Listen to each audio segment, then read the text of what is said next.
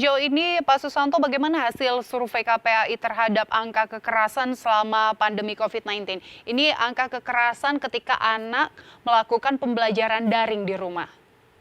Ya, memang dari hasil survei nasional kita, angka kekerasan memang cukup tinggi ya.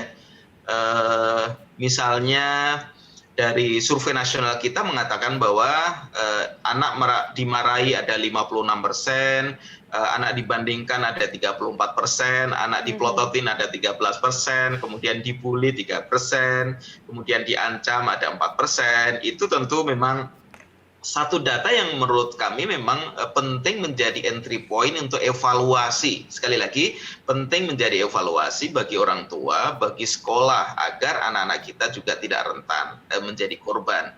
Makanya sering juga kami sampaikan dalam berbagai forum untuk memastikan anak-anak kita sehat ya, sehat mentalnya, sehat jasmaninya, sehat rohaninya, tidak terpapar COVID. Memang ya orang tua juga harus dididikkan bagaimana melakukan pendampingan belajar yang aman dan sehat untuk anak, melakukan pendampingan pengasuhan, sekali lagi untuk melakukan pengasuhan yang ramah untuk anak-anak kita, itu yang penting ya. Kita sangat pahami situasi kondisi keluarga hari ini memang cukup berat ya.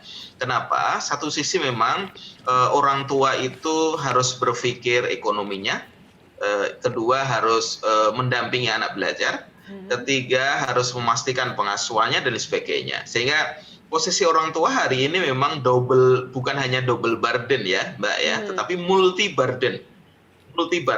Sementara banyak tetangga-tetangga kita yang misalnya di PHK dan lain sebagainya. Nah, kondisi seperti ini tentu juga akan mempengaruhi situasi anak-anak kita.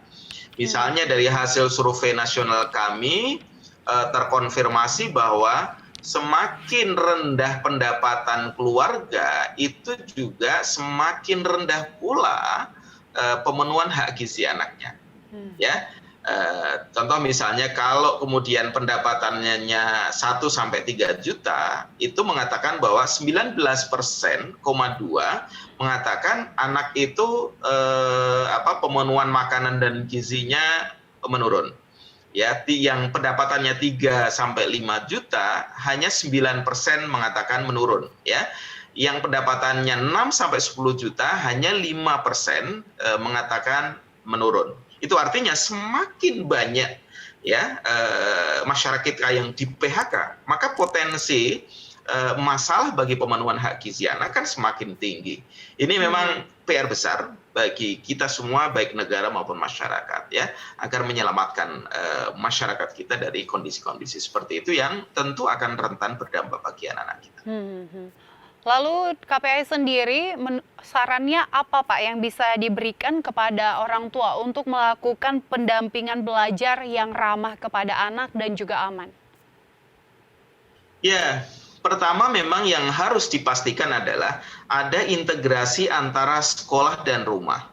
Ya, itu harus benar-benar dipastikan integrasi dari sisi proses maupun kesepahaman dan sebagainya. Jangan sampai kemudian kurang komunikasi antara sekolah dengan rumah, kemudian kerentanan orang tua melakukan langkah-langkah ya tertentu, bahkan juga melakukan tindakan kekerasan pada anak menjadi tinggi. Itu tentu tidak boleh terjadi.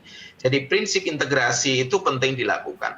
Kedua, penting ada kesepahaman di dalam proses pendampingan. Ya, penting apa yang dilakukan orang tua itu senafas dengan spirit visi misi yang ada di sekolah. Yang ketiga yang harus dipastikan adalah orang tua juga melakukan proses pendampingan menyesuaikan dengan keunikan anak, mempertimbangkan terkait dengan fase perkembangan anak, itu penting. Jangan sampai kemudian mendampingi anak 13 tahun, pendekatannya sama mendampingi dengan anak katakanlah 3 tahun saat playgroup. Itu tentu nggak boleh. Kenapa? Karena fase perkembangannya berbeda, umurnya berbeda, dan bisa jadi keunikan anak-anak itu berbeda sehingga membutuhkan pendekatan-pendekatannya. Kalau guru memang ya sudah dicetak ya, sudah disiapkan agar ya guru melakukan multi pendekatan ya dengan berbagai keunikan anak. Tapi orang tua kan memang tidak semua orang tua memiliki kompetensi ya untuk mendampingi belajar yang aman buat anak. Itu tentu memang PR yang sangat besar ya saya kira. Ini tidak mudah, tetapi memang kita harus melakukan berbagai upaya. Karena situasi ini situasi darurat ya. Karena dalam kondisi darurat memang harus ada langkah-langkah solutif yang tentu dari berbagai pilihan-pilihan yang ada, memang kita harus mengambil keputusan yang lebih aman dari pilihan-pilihannya. Lalu sejauh ini Pak, melihat data yang menunjukkan bahwa angka kekerasan selama melakukan pembelajaran daring itu masih saja meningkat dan terus terjadi. KPAI sudah melakukan apa saja Pak untuk menekan angka tersebut? Ya, kita memang melakukan berbagai upaya ya untuk menekan kasus ini. Misalnya kita meningkatkan advokasi terkait dengan pemastian perlindungan anak dalam situasi COVID.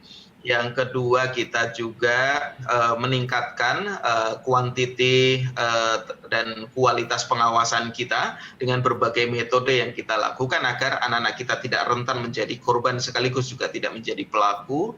Yang ketiga, kita juga meningkatkan kemitraan-kemitraan sesuai dengan kewenangan yang kita miliki dengan lembaga yang dibentuk masyarakat. Ini memang upaya-upaya yang terus dilakukan.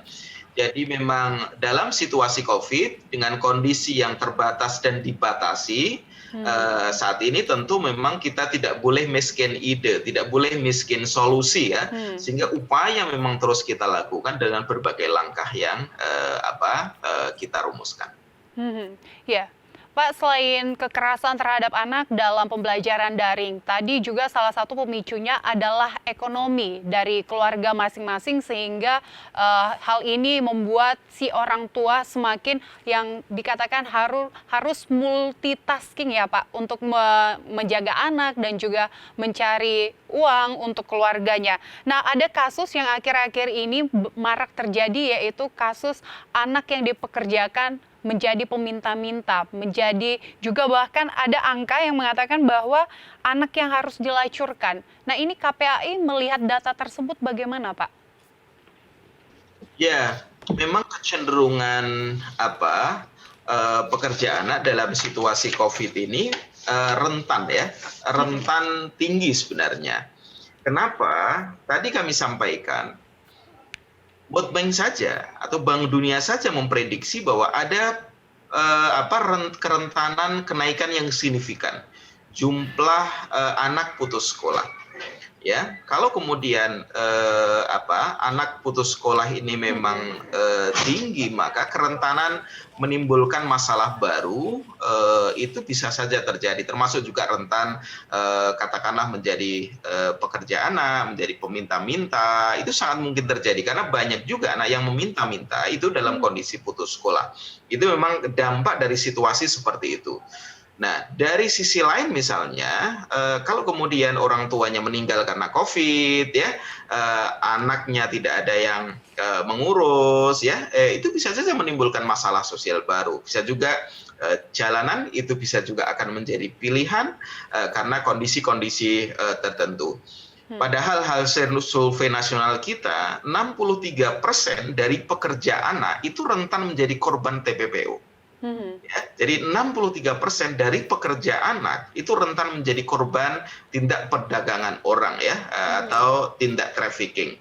Makanya pemerintah melalui kebijakan penghapusan pekerja anak itu sebenarnya merupakan kebijakan yang hemat kami solutif ya agar anak-anak kita tidak rentan menjadi korban eksploitasi, korban trafficking dan korban-korban yang lain termasuk yang Mbak sebutkan tadi.